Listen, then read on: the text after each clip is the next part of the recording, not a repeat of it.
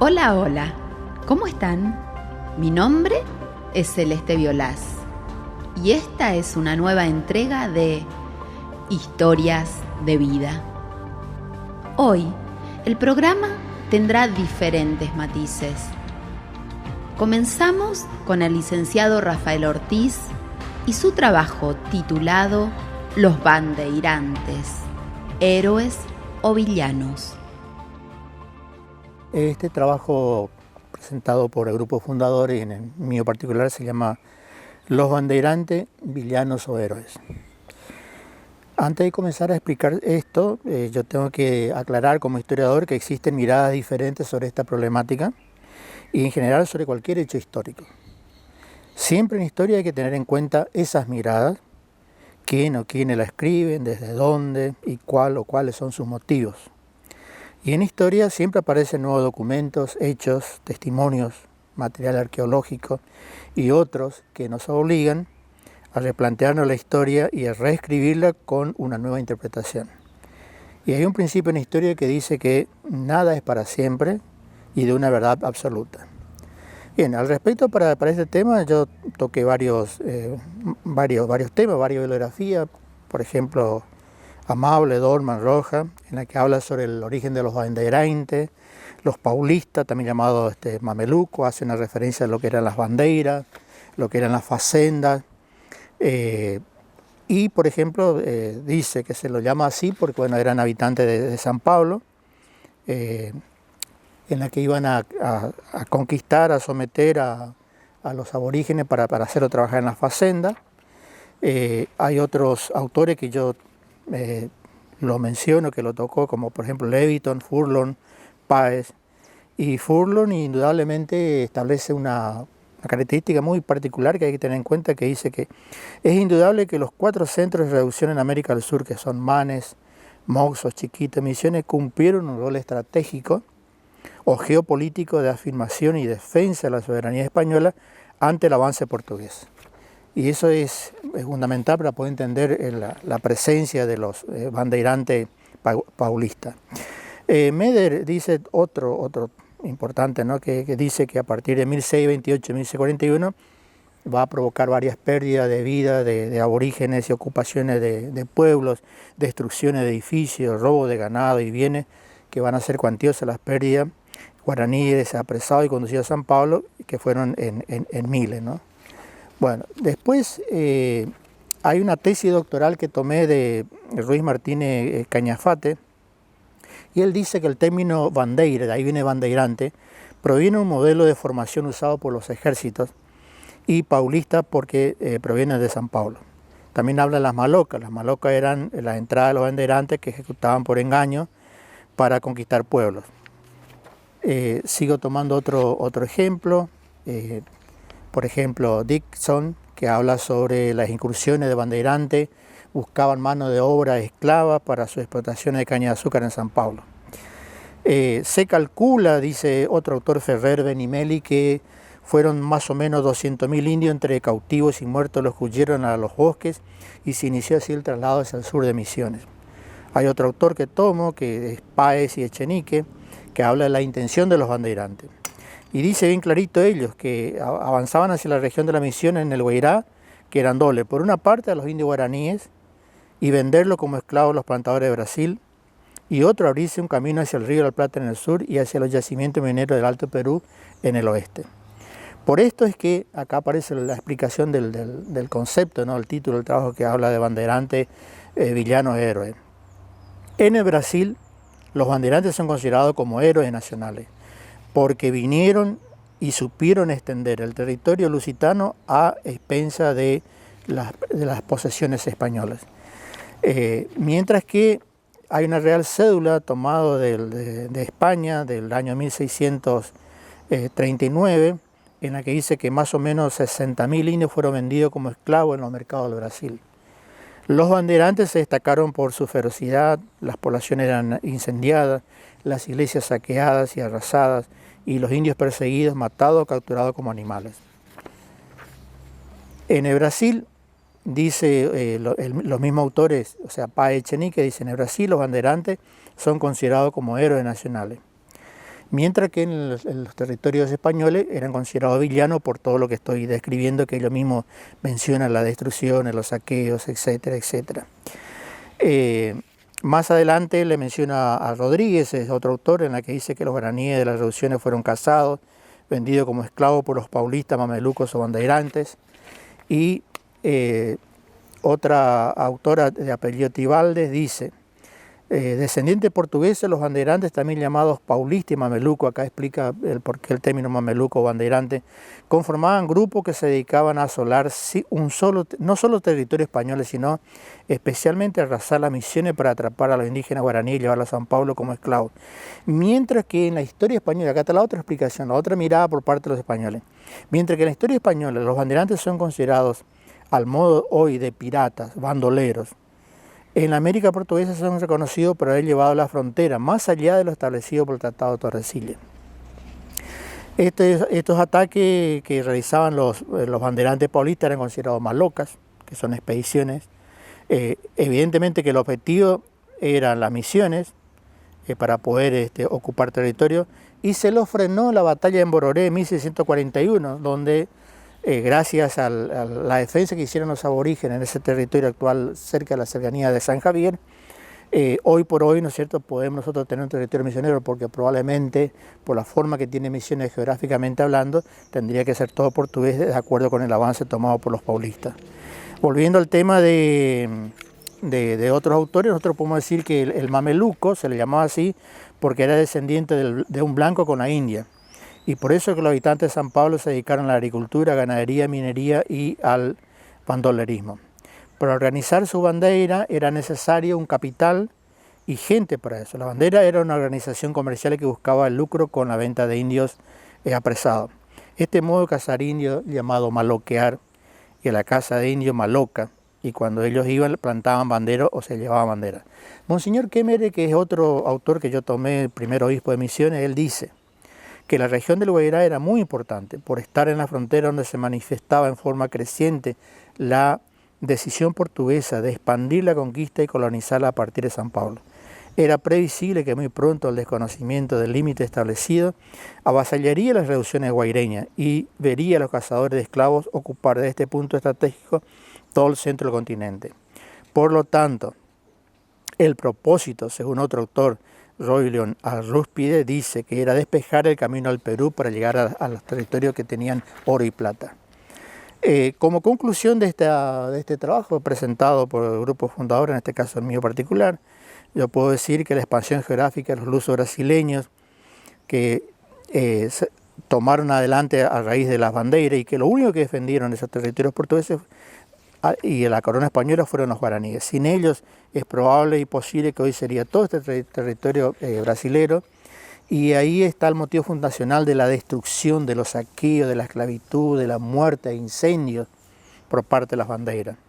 Y por otro lado, si uno recorre la historia de Brasil, o cualquier autor que enseña la historia de Brasil, ellos tienen otra mirada. Para ellos los bandeirantes son héroes nacionales. La que sigue es una obra de Verónica Stockmayer, hecha para rememorar y disfrutar. Texturas y latidos.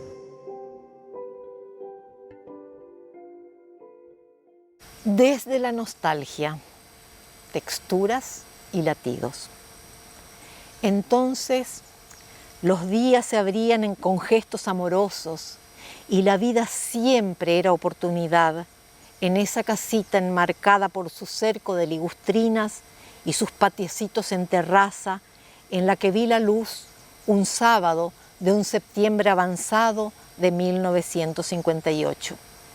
Apenas me levantaba, mi mamá me ofrecía la mamadera, que no era una botellita decorada, ni tenía una tetina graciosa que se asegurara con una rosca de bonito color. No.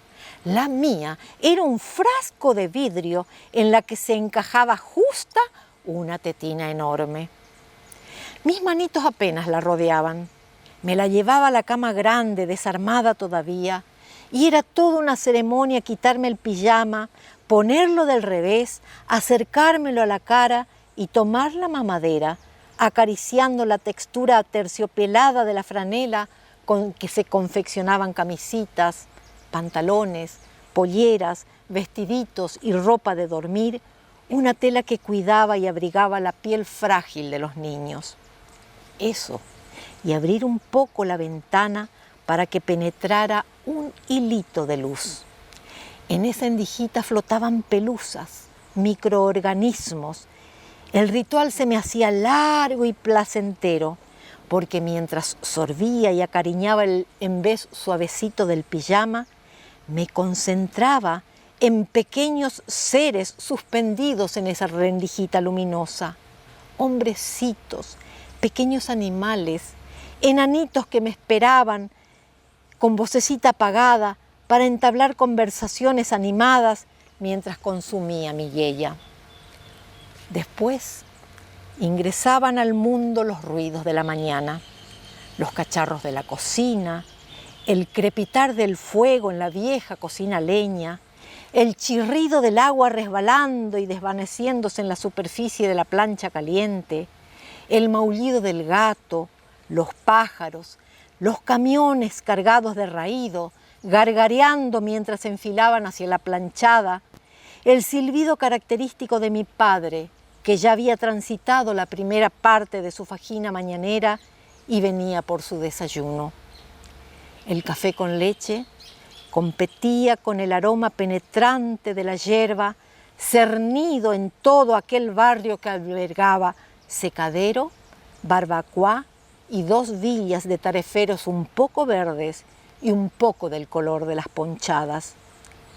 Mis hombrecitos se despedían desvaneciéndose en el aire.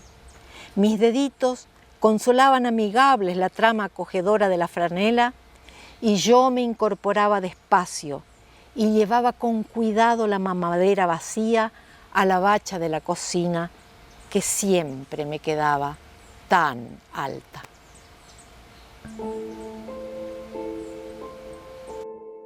El siguiente es un trabajo que tiene un título genial: Buceando en mi memoria.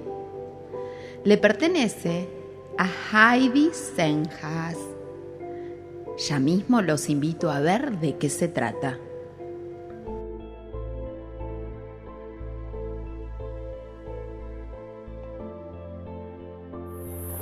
Ante todo, quería agradecer a Norma Rangel que nos permite, ¿no es cierto?, abrir nuestras cajitas de recuerdo, y a toda la comisión que forman parte, ¿no es cierto? Bueno, lo mío se llama Buceando en mi memoria. Anécdotas de mi infancia y adolescencia. La vida es como un río que no se detiene jamás, y en ese loco andar pasa por distintos paisajes. En sus orillas, a veces vibrantes, otras tristes desolación, hasta desembocar en ese gran mar misterioso y profundo que llamamos eternidad. Así también nosotros en esa orilla vamos conociendo personas, y esa es mi meta, nombrar algunas de ellas de mi querido Monte Carlo. Mi infancia fue sencilla y a la vez hermosa. Vivía con mis padres y mis abuelos paternos, rodeada de animales, ya que en ese entonces esto todo era una chacra. Luego vino el progreso con la Ruta 12. Aún recuerdo que a los niños nos daba mucho miedo las grandes máquinas que comparábamos con los dinosaurios.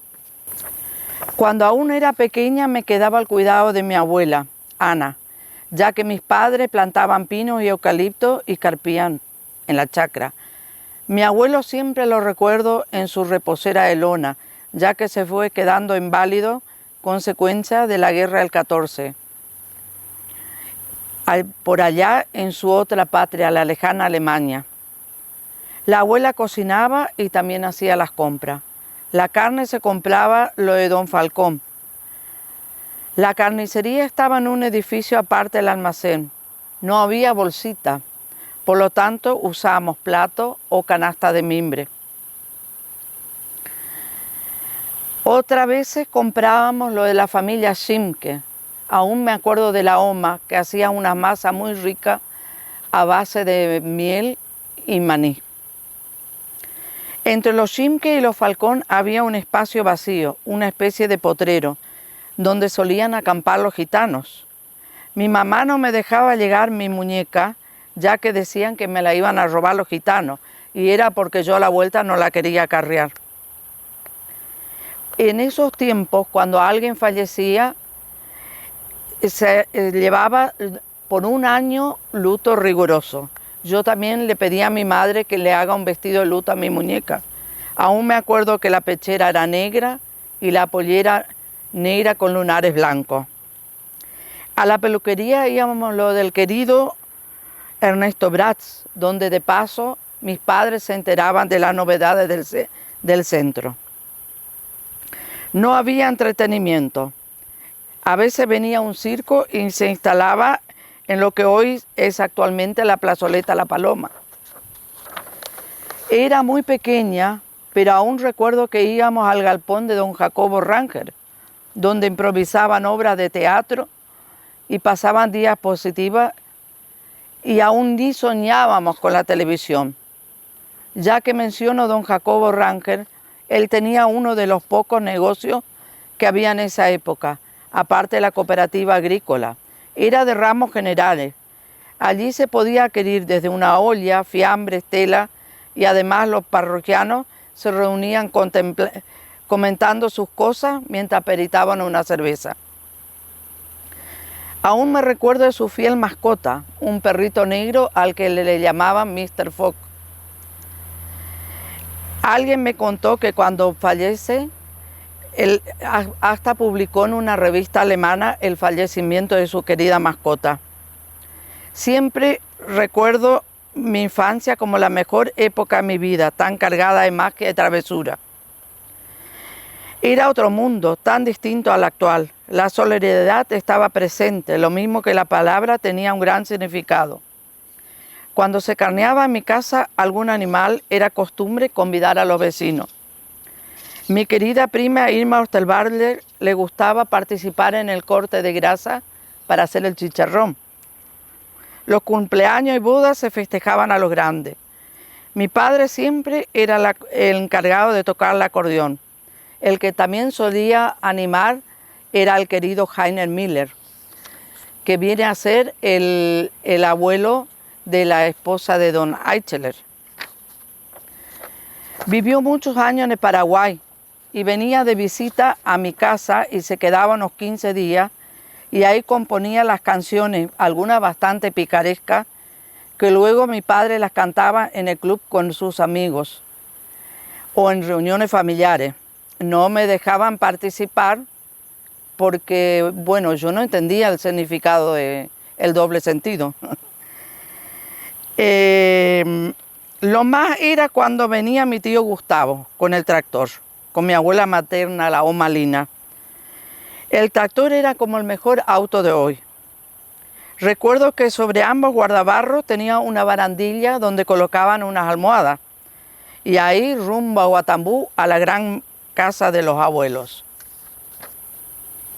El opa Gustavo me sentaba en un banquito mientras fumaba su pipa y ahí me pedía que le cuente las historias que me contaba aquí el abuelo Wilhelm. Parece que en ese entonces yo ya era bastante dicharachera. Tenía el abuelo Gustavo un gran huerto de frutales, higos, pera, durazno, uva, toda clase de cítricos. En esa época no existían actualmente la peste que hoy ataca nuestros frutales. Yo dormía con la abuela Lina. En la mesa de luz la abuela ponía una fruta de tún para las cucarachas, decía. No había ray. Todo era de silencio y la sombra que proyectaba el lampión más el ruido del gran reloj del abuelo me daba mucho miedo. Así que me hundía la nariz en el almohadón de pluma esperando que venga la abuela a acostarse a mi lado. Con mi primo Alfredo Senca, la gran diversión era la noche con una linterna cazar los tacataca, luciérnagas, en un frasco y a ver quién cazaba más. Después los abuelos se enojaban porque le gastábamos las pilas. En esa nebulosa color papel, rescato esos momentos cálidos cuando aún era la hija amada, protegida a mis padres, tan lleno de sueño grandioso, rodeada de risa, infantable música, olores, rica comida y perfume de azahares y paraíso. Cuando aquí todavía era chacra, atrás de la casa estaba el potrero y más allá al fondo el monte con árboles frondosos, fieles vigía de nuestras diabluras, y ahí el arroyo con aguas claras y cantarinas, y ahí con los chicos del barrio hacíamos el famoso tajamar, acarreando piedras, mezclándolas con el barro ñaú. Y ahí hacíamos picnic, los Ritter, Úrsula, Cookie, Meki, las chicas Krausemann, Inge, Lola, Annie Selmer, mi prima Olga Senka y por supuesto la infaltable amiga Felipa dos Santos. Era común que en vacaciones se quedaba en mi casa mi primo, mayormente Alfredo. Éramos bastante traviesos. La mayor gloria, aparte del arroyo, era jugar a la pelota y treparse en los árboles creyéndonos Tarzán. La escuela primaria. La escuela primaria la crucé en la 254. Todavía recuerdo a mi primera maestra, la señora Jara. La primera vez que la vi tan grandota, me largué a llorar. Ella no tenía problema en revisar las cabezas por los piojos y las orejas por si estaban limpias, hasta dar un buen tirón de ella por si nos portábamos mal. Me acuerdo que mi abuela me ayudó porque yo tenía un problema con la letra E, y ahí me pone ella, muy bien, 10, felicitado abuela. La maestra que más quería era la de séptimo grado, la señora Kelly Presa. La adoraba, hasta nos enseñó francés y 2 canciones en ese idioma que siempre suenan en mi memoria. Un día nos invitó con mi amiga Felipa dos Santos para tomar el té en su casa, que quedaba a la vuelta de la escuela. Hermoso mantel, vistosos cuadros, su marido era pintor. Con mi amiga estábamos muy intimidadas. Nuestro mundo cotidiano era entonces mucho más rústico. Aún vienen a mi memoria y se exaltan las imágenes de las casitas de la villa cooperativa. Paredes blancas, techo rojo, en donde vivían la mayoría de mis compañeros de grado. Gente buena, honesta, laburadora, cuyos hijos y nietos en su mayoría hoy son grandes profesionales. Mis estudios secundarios. Mi estudio secundario lo cursé en la Escuela Normal número 2 Manuel Belgrano. En esa época no era obligatorio los estudios secundarios, pero muchos padres hacían un gran esfuerzo para sus hijos para que vayan y el día de mañana tengan un futuro mejor. Muchos recuerdos hermosos también guardo a mis compañeros y profesores. En esos tiempos se hacía mucho hincapié en la disciplina en el uniforme. Para cada materia contábamos con un libro. En cuanto al uniforme, chicos, prolijos, pelo corto, delantal blanco y corbata. Las chicas, zapatos cerrados, media blanca 3/4, pelo recogido o vincha. Nuestro director fue el querido doctor Darú, la señora Blanca, profesora de castellano de literatura. El terror que le tenía cuando decía con su suave voz, saquen una hojita. Inspiraba mucho respeto, yo la amaba. Al que también quise mucho era mi profesor de historia y filosofía, el profe Billy Merker. Un genio, pero cuando venía peinado a la gomina, habría que andarse con cuidado. En esa era época de carroza, donde también él nos ayudaba. Aún recuerdo primavera, mateada, reviro, mucho papel de diario, engrudo, lo pasábamos genial. Y como aún no teníamos TV en mi adolescencia, la gran salida a los fines de semana era ir al cine Wanderer. De allí rescaté en mis recuerdos varias anécdotas muy graciosas. Don Wanderer con su esposa pasaban la promoción de las películas que iban a dar en un altoparlante, instalado en su coche, que no recuerdo bien la marca, creo que era un Rambler. Por ejemplo, era esa voz castellano criollada, decía, esta noche gran película de Tarzán que la hará saltar de la putaca. Y a veces la pareja no se ponía de acuerdo y salía la voz por el altoparlante. Cuando se cortaba la pantalla, todo chiflaba.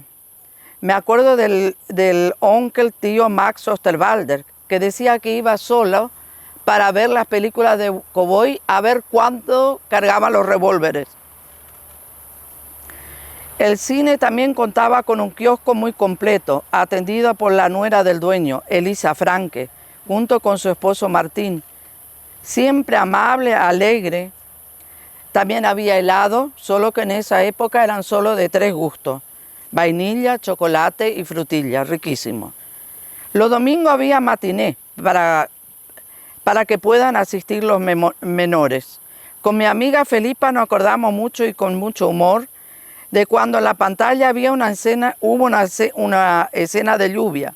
Ella salió corriendo diciendo: mi hermana Laia se va a mojar y me está esperando en la plaza. Por supuesto que había un sol radiante. Ya más crecidita, los sábados íbamos a la confitería bailable Hostal del Lago, en la localidad de Caraguatay. Ahí, justo antes del puente, propiedad de la familia Moraz. Siempre el dueño, el querido gordo, como lo llamábamos cariñosamente, nos convidaba con una biscola. En la cocina su madre, doña María, hacía las deliciosas empanadas. Íbamos con las amigas en colectivo urbano, propiedad de Tito Franke, y volvíamos también con él. En el lugar contaban con un hermoso parque junto al arroyo, donde los domingos con las amigas solíamos pasar el día, escuchar música, nadar, tomar sol y ver a los chicos que hacían facha tirándose del trampolín, todo sin preocupaciones.